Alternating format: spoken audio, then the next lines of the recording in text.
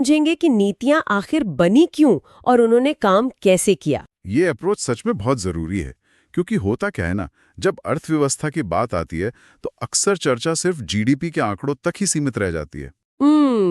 भारी भरकम मॉडल्स जैसे हेरोड डोमर या महालनोबिस की बातें होने लगती हैं। हाँ बिल्कुल, लेकिन अर्थशास्त्र कभी भी हवा में काम नहीं करता। हर नीति के पीछे एक मानवीय प्रभाव होता है। सही बात है। ये 12 योजनाएं सिर्फ सरकारी दस्तावेज नहीं थीं। ये एक नवजात राष्ट्र के अपने पैरों पर खड़े होने और दौड़ने का जीवंत इतिहास है। तो इसी भारी भरकम इतिहास को आसानी से समझने के लिए हम रघु नाम के एक साधारण किसान की इमेजिनेशन या कहानी का सहारा लेंगे। अच्छा विचार है। और साथ ही कुछ बहुत ही दिलचस्प मेमोरी ट्रिक्स भी इस्तेमाल करेंगे ताकि ये चीजें याद रहें। तो चलिए इसे थोड़ा डिकोड करते हैं और बिल्कुल जमीनी स्तर से शुरू करते हैं। बिल्कुल शुरू करते हैं। इमेजिन करते हैं 1947 का भारत। मान लेते हैं हमारे सामने रघु नाम का एक साधारण किसान है।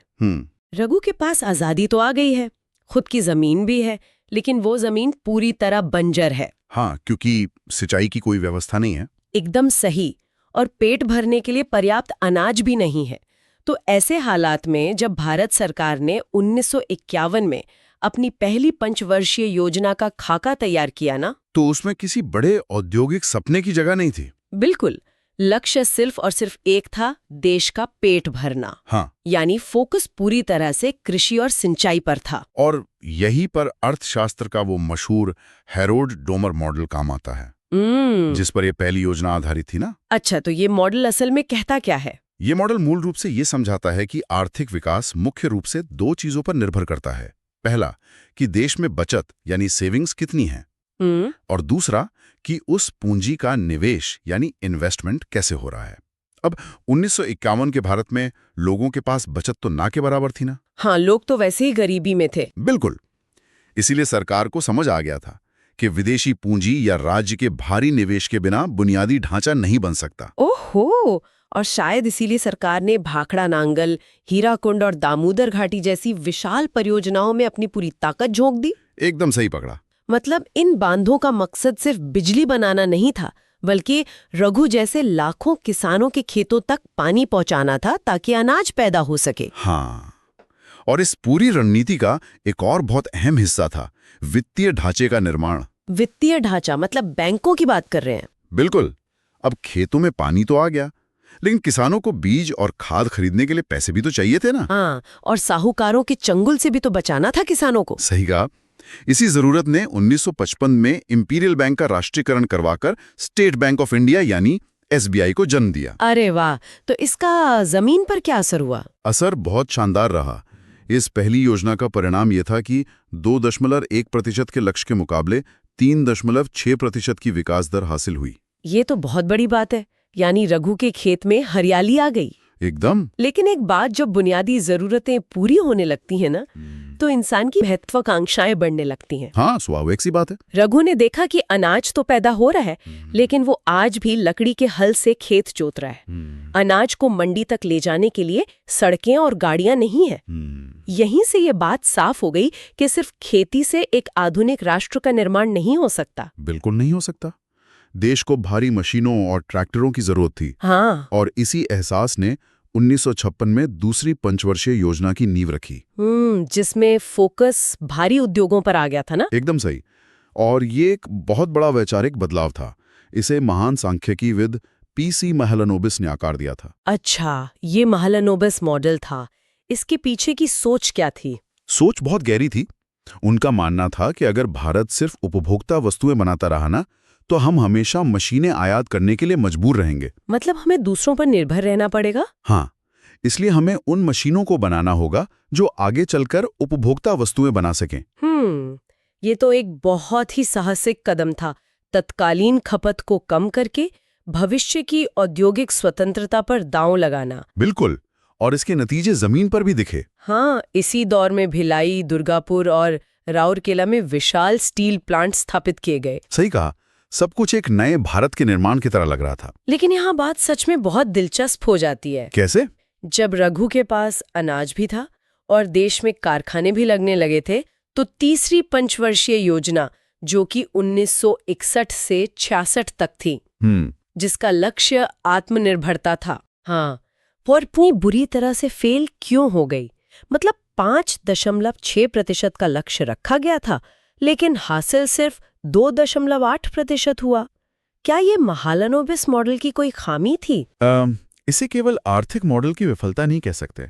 तो फिर क्या वजह थी? अर्थव्यवस्था पर भू राजनीति और प्रकृति का प्रभाव कितना गहरा होता है, तीसरी योजना इसका सबसे बड़ा उदाहरण है। अच्छा। भारत उस समय अपने औद्योगिक विस्तार के लिए भारी विदेशी मुद्रा खर्च कर रहा था, लेकिन अचानक बाहरी झटकों ने पूरी व्यवस्था को पटरी से उतार दिया। बाहरी झटके मतलब युद्ध की बात कर रहे हैं आप? बिल्कुल। 1962 में चीन के साथ युद्ध हुआ और इसके तुरंत बाद 65 में पाकिस्तान के साथ युद्ध लड़ना पड़ा। ओ, तो देश का जो पैसा पुलों और कारखानों में लगना था, वो रातों रात रक्षा बजट में चला गया। एकदम सही। और बात सिर्फ युद्ध तक सीमित नहीं रही। और क्या हुआ था? 65-66 में भारत ने एक सदी के सबसे भयानक सूखे का सामना किया। कृषि उत्पादन बुरी तरह गिर गया। जिससे भुखमरी की नौबत आ गई और महंगाई आसमान छूने लगी। हाँ, हालात इतने गंभीर थे कि अंतर्राष्ट्रीय दबाव में भारत को अपने रुपए का अवमूल्यन यानी डिवैल्यूएशन करना पड़ा। ये तो बहुत ही भयानक स्थिति थी। बिल्कुल। सुखमय चक्रवर्ती मॉडल पर आधारित ये तीसरी योजना पूरी तरह चरमरा गई। सरकार के पास इतने संसाधन ही नहीं बचे थे कि वो अगले 5 साल की कोई नई योजना लागू कर सकें। ओहो, तो फिर सरकार ने क्या किया? इसीलिए 66 से 69 तक एक योजना अवकाश या प्लान हॉलिडे घोषित करना पड़ा। मतलब कोई पंचवर्षीय योजना नहीं आई? नहीं, इन 3 सालों में सिर्फ एक साल की छोटी योजनाएं चलाई गईं, ताकि अर्थव्यवस्था को किसी तरह वेंटिलेटर से बाहर निकाला जा सके। ये दौर रघु के परिवार के लिए किसी भयानक दुष्स्वप्न जैसा रहा होगा। वाकई। युद्ध और अकाल ने वो सब कुछ छीन लिया जो उन्होंने पिछले 15 सालों में बनाया था। लेकिन जब 69 में चौथी पंचवर्षीय योजना शुरू हुई ना, तो एक बहुत बड़ा सबक सीखा जा चुका था। हाँ, सबक ये था कि सिर्फ आत्मनिर्भर होना काफी नहीं है। उस आत्मनिर्भरता में स्थिरता यानी स्टेबिलिटी का होना बहुत जरूरी है। बिल्कुल। इसीलिए चौथी योजना का मुख्य लक्ष्य स्थिरता के साथ विकास और आत्मनिर्भरता रखा गया। और स्थिरता लाने के लिए अर्थव्यवस्था के ढांचे में गहरे बदलाव की जरूरत थी। जैसे कि बैंकों का राष्ट्रीयकरण। एकदम सही। 69 में 14 प्रमुख निजी बैंकों का जो राष्ट्रीयकरण किया गया ना, वो इसी स्थिरता की दिशा में एक मास्टर स्ट्रोक था। अच्छा, उससे पहले बैंक कैसे काम करते थे? उससे पहले निजी बैंक केवल मुनाफे वाले औद्योगिक घरानों और शहरों तक ही सीमित थे। मतलब रघु जैसे आम किसानों की पहुंच से बहुत दूर थे। हाँ, लेकिन राष्ट्रीयकरण के बाद इन बैंकों को मजबूर किया गया कि वे अपनी शाखाएं गांवों में खोलें और रघु जैसे किसानों को ऋण दें। अरे वाह, इससे ग्रामीण अर्थव्यवस्था में एक नई जान आई होगी। बिल्कुल। और साथ ही भविष्य की तकनीकी स्थिरता के लिए 69 में ही इसरो की भी स्थापना हुई। इसरो, ये तो एक बहुत बड़ी उपलब्धि थी। खैर, अब यहाँ से कहानी एक बहुत ही जटिल मोड़ लेती है। जटिल कैसे? शुरुआती 4 योजनाओं का मकसद समझना तो आसान था, लेकिन जैसे जैसे हम 70 और 80 के दशक में प्रवेश करते हैं ना, नीतियां आपस में उलझने लगती हैं। हाँ, ये तो है। 5वीं से लेके 10वीं योजना के दौर को याद रखना एक चुनौती बन जाता है। तो इस उलझन को सुलझाने के लिए हम शब्दों के जादू यानी कुछ मेमोरी ट्रिक्स का इस्तेमाल करेंगे। ये बहुत काम का तरीका है। जब भारी मात्रा में डेटा और नीतियां सामने होना, तो दिमाग को याद रखने के लिए कुछ रेफरेंस पॉइंट चाहिए होते हैं। बिल्कुल। तो चलिए 5वीं पंचवर्षीय योजना, जो कि 74 से 79 तक थी, उससे शुरू करते हैं। ठीक है। 5 नंबर सुनते ही हाथ की 5 उंगलियों का ध्यान आता है। और जब इन उंगलियों को कसकर बांध लिया जाए तो बनता है एक पंच या मुक्का। तो 70 के दशक के उस दौर को इसी पंच से याद रखा जा सकता है। इमेजिन किया जा सकता है कि देश बॉक्सिंग ग्लव्स पहनकर गरीबी और महंगाई को पंच मार रहा था। ये पंच की एनालॉजी उस समय की राजनीतिक हकीकत को बिल्कुल सटीक रूप से दर्शाती है। कैसे? देखिए, 71 के युद्ध और वैश्विक तेल संकट ने भारत में भयंकर महंगाई पैदा कर दी थी। गरीबी अपने चरम पर थी। और इसी पृष्ठभूमि में तत्कालीन प्रधानमंत्री इंदिरा गांधी ने गरीबी हटाओ का नारा दिया था, है ना? एकदम सही। ये योजना पूरी तरह से गरीबी उन्मूलन पर केंद्रित थी। ग्रामीण क्षेत्रों में ऋण सुविधा को और बेहतर बनाने के लिए 75 में क्षेत्रीय ग्रामीण बैंक यानी RRBs की स्थापना भी की गई। लेकिन ये पंच अपना पूरा असर नहीं दिखा पाया, क्योंकि ये योजना समय से पहले ही खत्म हो गई थी। हाँ बिल्कुल। ऐसा क्यों हुआ कि एक राष्ट्रीय योजना को बीच में ही रोक दिया गया? ये एक महत्वपूर्ण सवाल खड़ा करता है। इसके पीछे का कारण राजनीतिक अस्थिरता और आपातकाल या इमरजेंसी था। अच्छा। 77 में देश में पहली बार गैर कांग्रेसी सरकार बनी। मोरारजी देसाई के नेतृत्व वाली जनता पार्टी ने पुरानी सरकार की नीतियों को खारिज करते हुए 5वीं योजना को 78 में ही समाप्त कर दिया। तो क्या उन्होंने पंचवर्षीय योजनाएं ही बंद कर दी? हाँ, उसके बजाय वे एक नया आर्थिक दृष्टिकोण लेकर आए, जिसे रोलिंग प्लान या लुढ़कती योजना कहा गया। ये रोलिंग प्लान पारंपरिक योजनाओं से अलग कैसे था? पारंपरिक पंचवर्षीय योजनाएं बहुत कठोर या रिजिड होती थी। मतलब अगर 5 साल के लिए कोई बजट या लक्ष्य तय कर दिया गया ना, तो बीच में स्थितियां बदलने पर भी उसमें बदलाव करना मुश्किल होता था। ये तो एक समस्या थी। बिल्कुल।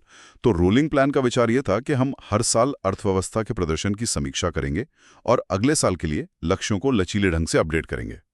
ये तो एक बहुत ही प्रगतिशील विचार था, बदलती बाजार स्थितियों के अनुकूल होने का प्रयास। हाँ, हालांकि 80 में सरकार गिरने के कारण यह प्रयोग ज्यादा लंबा नहीं चल सका। और 80 में नई सरकार के आते ही वापस पंचवर्षीय योजनाओं का दौर लौट आया। एकदम सही। अब बारी थी छठी पंचवर्षीय योजना की, जो 80 से 85 तक थी। इस योजना को हम 6 नंबर यानी 6 सेंस या छठी इंद्री से जोड़ सकते हैं। 6 सेंस मतलब? 6 सेंस का अर्थ है आगे की सोचना, दिमाग लगाना। मतलब देश ने समझ लिया था कि अब सिर्फ मेहनत से काम नहीं चलेगा, आधुनिकीकरण और तकनीक की जरूरत है। बहुत ही बढ़िया ट्रिक है ये। और ये आधुनिकीकरण केवल उद्योगों तक सीमित नहीं था, इसे कृषि और ग्रामीण विकास में भी लागू करना था। हाँ, और आधुनिकीकरण के लिए तो पूंजी चाहिए ना। बिल्कुल। इसी आवश्यकता ने 82 में नाबार्ड को जन्म दिया। राष्ट्रीय कृषि और ग्रामीण विकास बैंक। हाँ, नाबार्ड ने यह सुनिश्चित किया कि कृषि में तकनीक और मशीनों के उपयोग के लिए संस्थागत ऋण आसानी से उपलब्ध हो सके। तो आधुनिकता तो आ रही थी, लेकिन इसका एक साइड इफेक्ट भी देखने को मिला। कैसा साइड इफेक्ट? जो शहर तकनीक को अपना पा रहे थे ना, वे बहुत तेजी से आगे निकल गए, और जो हिस्से पीछे थे वो और ज्यादा पिछड़ गए। असमानता बढ़ रही थी। बिल्कुल। तो इसी बढ़ती हुई खाई को पाटने के लिए 85 में 7वीं पंचवर्षीय योजना लाई गई। अच्छा। अब इसे याद रखने के लिए हम 7 नंबर से 7 शब्द जोड़ेंगे, यानी सबको साथ लेकर चलना। बहुत खूब। इस योजना का मुख्य फोकस क्षेत्रीय असमानता को कम करना था। और यहाँ एक दिलचस्प बात है, इस क्षेत्रीय असमानता को कम करने के लिए जो नीतियां बनी ना, उन्हें जॉन डब्ल्यू मिलर मॉडल से जोड़ा जाता है। इसे कैसे याद रखें? इसे याद रखने के लिए मिलर से मिलाना शब्द इस्तेमाल किया जा सकता है। मतलब जो गैप आ गया है उसे मिलाना या कम करना। अरे वाह, मिलर से मिलाना, बहुत बढ़िया। और इस दौर में सबको साथ लाने के लिए भारी निवेश की जरूरत थी। बाजार में एक नया मध्यम वर्ग उभर रहा था जो शेयर बाजार में निवेश कर रहा था। हाँ। तो इन निवेशकों को सुरक्षित महसूस कराने और पूंजी बाजार को साफ सुथरा रखने के लिए 88 में सेबी की स्थापना की गई, securities and exchange board of India.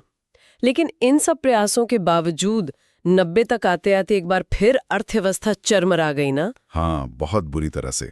90 से 92 तक देश को एक और योजना अवकाश झेलना पड़ा। सरकार के पास आयात करने के लिए डॉलर ही नहीं बचे थे। एकदम से। और इसी भयानक आर्थिक संकट की आग से निकलकर सामने आई 8वीं पंचवर्षीय योजना, जो 92 से 97 तक चली। इसे हम 8 नंबर यानी 8वां अजूबा से डिकोड कर सकते हैं। 8वां अजूबा, ये क्या था? ये अजूबा कोई इमारत नहीं थी, बल्कि देश का मानव संसाधन था। मतलब ह्यूमन रिसोर्स। पहली बार ये माना गया कि सबसे बड़ा निवेश इंसान की शिक्षा और स्वास्थ्य पर होना चाहिए। यहाँ जो बात सबसे आकर्षक है ना, वो ये कि एक तरफ फोकस मानव संसाधन पर था और दूसरी तरफ इसी वक्त 1991 के एलपीजी रिफॉर्म्स यानी उदारीकरण, निजीकरण, वैश्वीकरण आए थे। हाँ, जिसके जरिए विदेशी कंपनियों के लिए बाजार खोले जा रहे थे। बिल्कुल। लेकिन यहाँ एक बहुत बड़ा विरोधाभास नजर आता है। क्या इन रिफॉर्म्स से घरेलू बाजार और रोजगार के तबाह होने का खतरा नहीं था? ये एक बहुत ही तर्कसंगत चिंता थी उस समय, लेकिन हकीकत में ये दोनों नीतियां एक दूसरे की पूरक साबित हुईं। वो कैसे? देखिए, दशकों से चले आ रहे लाइसेंस राज ने इंसान की रचनात्मकता को बांध रखा था, रघु के पोते को अगर कोई छोटी सी फैक्ट्री भी लगानी हो ना, तो उसे सरकारी दफ्तरों के चक्कर काटने पड़ते थे। ओह हाँ, लाल फीताशाही बहुत ज्यादा थी। एलपीजी रिफॉर्म्स ने अर्थव्यवस्था को राज्य के नियंत्रण से मुक्त किया। विदेशी निवेश और निजी कंपनियों के आने से नए अवसर पैदा हुए। अच्छा, तो जो मानव संसाधन का विकास हो रहा था उसे इसका फायदा मिला? एकदम। अब भारत के उस मानव संसाधन को दुनिया भर के सेवा क्षेत्र और आईटी उद्योग में अपनी प्रतिभा दिखाने का मौका मिला। ये भारतीय अर्थव्यवस्था का सबसे बड़ा टर्निंग पॉइंट था। इसका मतलब है कि मानव संसाधन का विकास और बाजार का उदारीकरण, ये दोनों एक साथ मिलकर एक नई ताकत बन गए। बिल्कुल। इसके बाद आती है 9वीं पंचवर्षीय योजना, जो 97 से 2002 तक थी। नंबर 9 से हम शब्द निकालते हैं न्याय।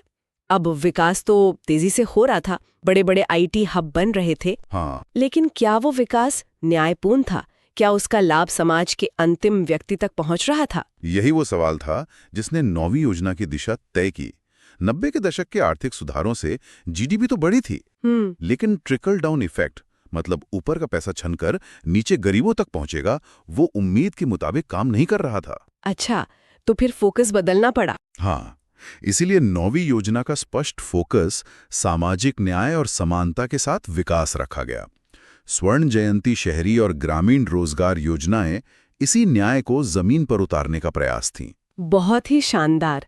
और इसके बाद 2002 में आई 10वीं पंचवर्षीय योजना, इसमें देश ने जैसे टॉप गियर लगा दिया। Top gear? हाँ, 10 नंबर को एक गाड़ी के टॉप गियर की तरह इमेजिन किया जा सकता है। अब अगर कोई देश 8-9% की विकास दर के टॉप गियर में दौड़ना चाहता है, तो सबसे ज्यादा जरूरत किस चीज की होगी?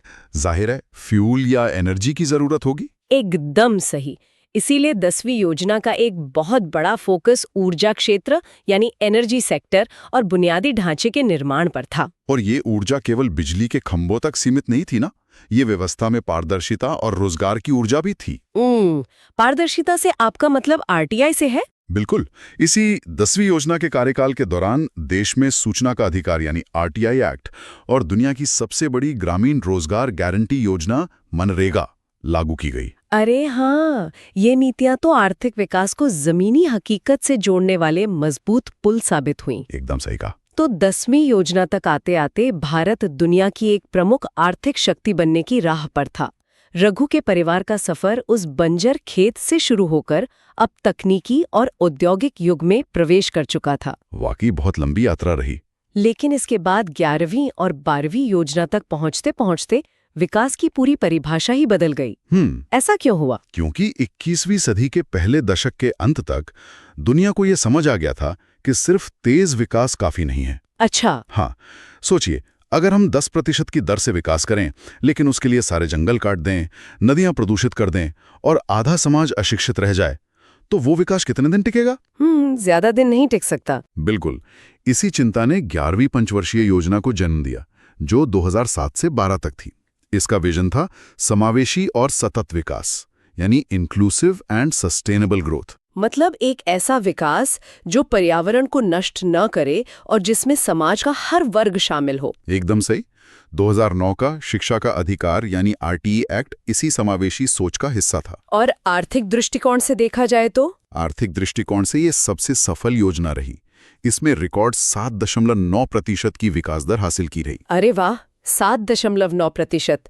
और इसके बाद आती है हमारी 12वीं और आखिरी पंचवर्षीय योजना 2012 से 17 तक। इसका विजन 11वीं योजना का ही विस्तार था, तीव्र, अधिक समावेशी और सतत विकास। हाँ। लेकिन ये सफर 2017 में पूरी तरह से समाप्त हो गया। 2014 में सत्ता परिवर्तन के बाद 6 दशकों से चले आ रहे योजना आयोग को ही भंग कर दिया गया। बिल्कुल। अक्सर ये सवाल उठता है कि जिस संस्था ने देश को यहाँ तक पहुँचाया, उसे अचानक खत्म करने की आवश्यकता क्यों पड़ी? इस बदलाव को वैश्विक अर्थव्यवस्था की बदलती गति के चश्मे से देखा जा सकता है। कैसे? देखिए, 1950 या 70 के दशक में आर्थिक परिदृश्य धीरे धीरे बदलता था। तब 5 साल की एक कठोर योजना बनाकर काम करना तार्किक था। हाँ, बात तो सही है। लेकिन 2014 तक आते आते दुनिया डिजिटल हो चुकी थी।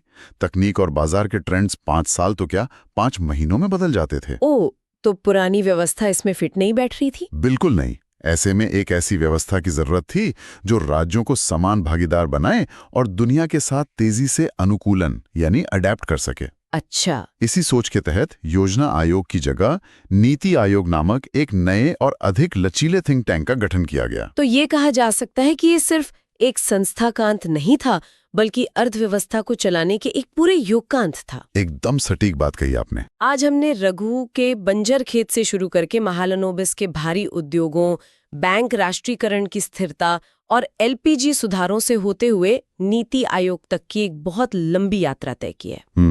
हेरोडोमर के मॉडल से लेकर पंच, सिक्स सेंस और 8वें अजूबे जैसी ट्रिक्स ने उन नीरस आंकड़ों के पीछे छिपे अर्थशास्त्र को बहुत स्पष्ट कर दिया है। हाँ, अर्थव्यवस्था को समझने का यही सबसे प्रामाणिक तरीका है।